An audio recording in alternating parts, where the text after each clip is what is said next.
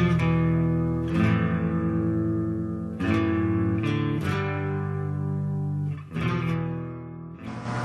I'm Jack from jackstransmissions.com. Thanks for watching us tonight. We're glad to have you with us.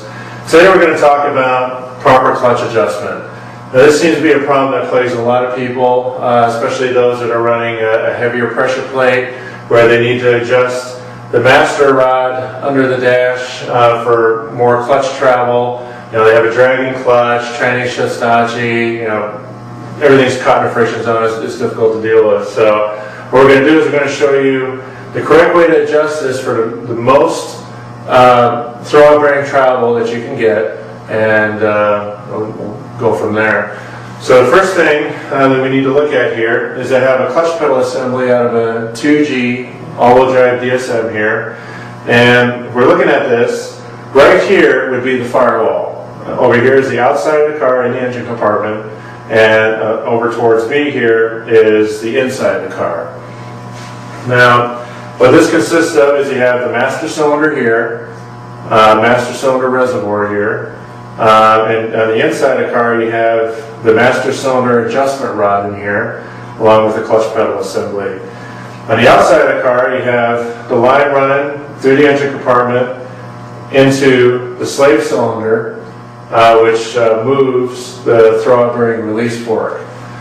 Now, the problem that we're having here is a lot of people are trying to adjust this rod improperly. They're just guessing where it needs to be without knowing exactly what's going on. So the way the system works is this slave cylinder is self-adjusting. As things wear over time, what happens is this, as the disc wears, we wear down the flywheel, pressure plate, things will slowly start to move in this direction.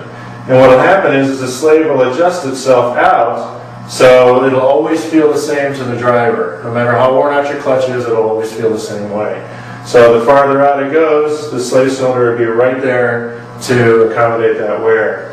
Now the way that works is on the inside of the master cylinder, there is a bleeder valve that goes to the reservoir.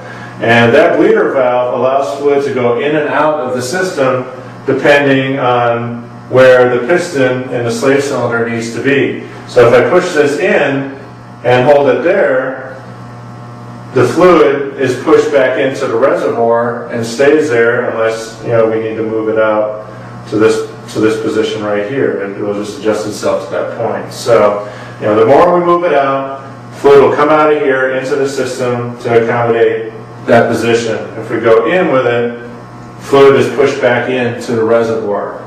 Now this is when things get tricky when doing the adjustment, because if you adjust this rod out too far, what's going to happen is you're going to basically close or block off that bleeder valve in the master cylinder. So this unit will no longer be self-adjusting. It's going to sit right where it is, and it'll only move when you push the pedal down, but it will not be able to self-adjust. And over time, like if you have it out too far and that bleeder valve is closed, what will happen is over time the clutch will start to slip because it will not be able to adjust itself in a neutral position when your foot is off the pedal.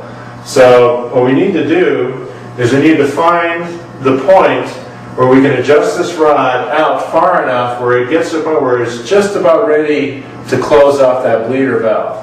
And what that does is when we move it out that far and we push the clutch pedal in, we're limiting the amount of play at the top of the pedal travel. If we get it up as close as we can to that valve, we'll be able to, when we make a full push of the pedal assembly, we're going to make sure that we have as much fluid as we possibly can push through the master cylinder and into the little piston here in your slave cylinder. So the fluid transfer is the big deal here. We want as much fluid as we can to go to the slave to really give that pressure plate enough movement to let go of the disc so you don't have a dragging clutch, or a clutch that feels like it's in the friction zone at high RPM. And running a car in the friction zone all the time like that will wear down synchro rings in a hurry, the tranny will feel notchy, the clutch won't live as long. There's a lot of bad things that can happen, so proper clutch adjustment is very important.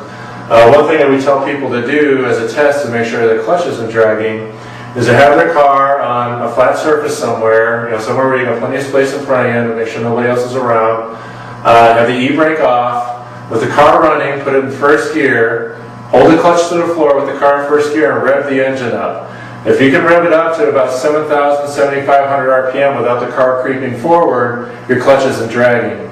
If the car does creep forward, what's happening is you're not getting enough travel here at the slave cylinder. That's one possibility. Another possibility is it could be a damaged clutch disc, improper step height on the flywheel. It could be any number of things. But in most cases, the clutch pedal assembly just needs to be adjusted properly for the most fluid transfer, and you'll be okay.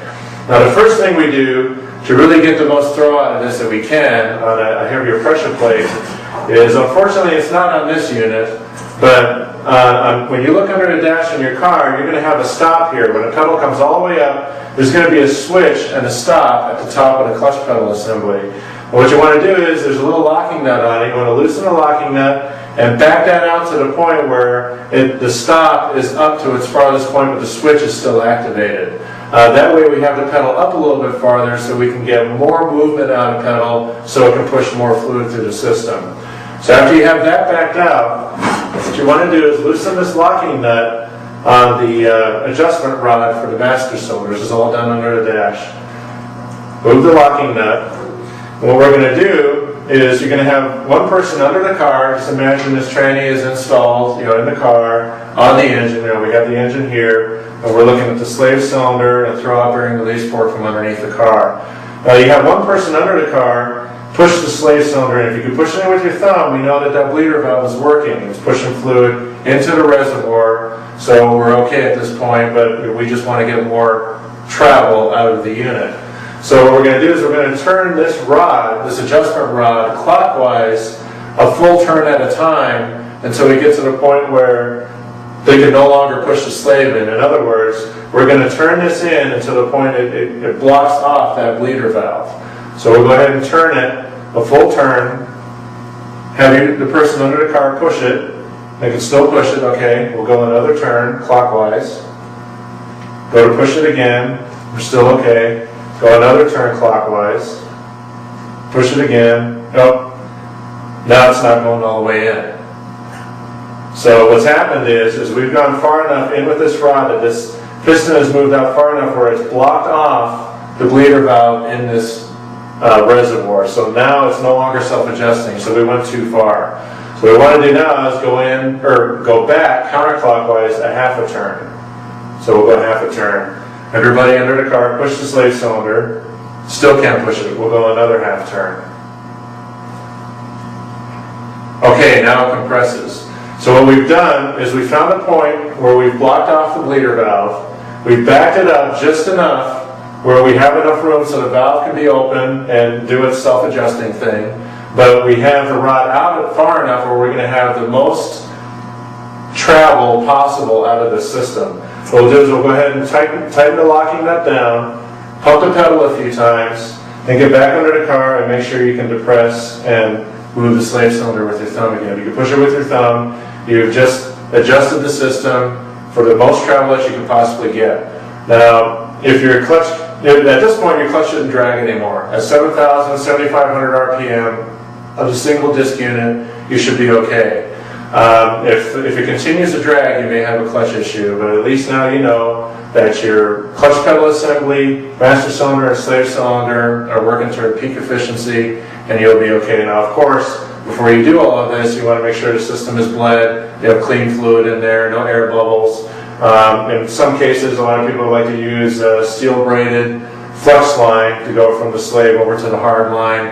All of that definitely helps. So, if you have any questions or comments, please email us at sales@jackstransmissions.com. Thank you.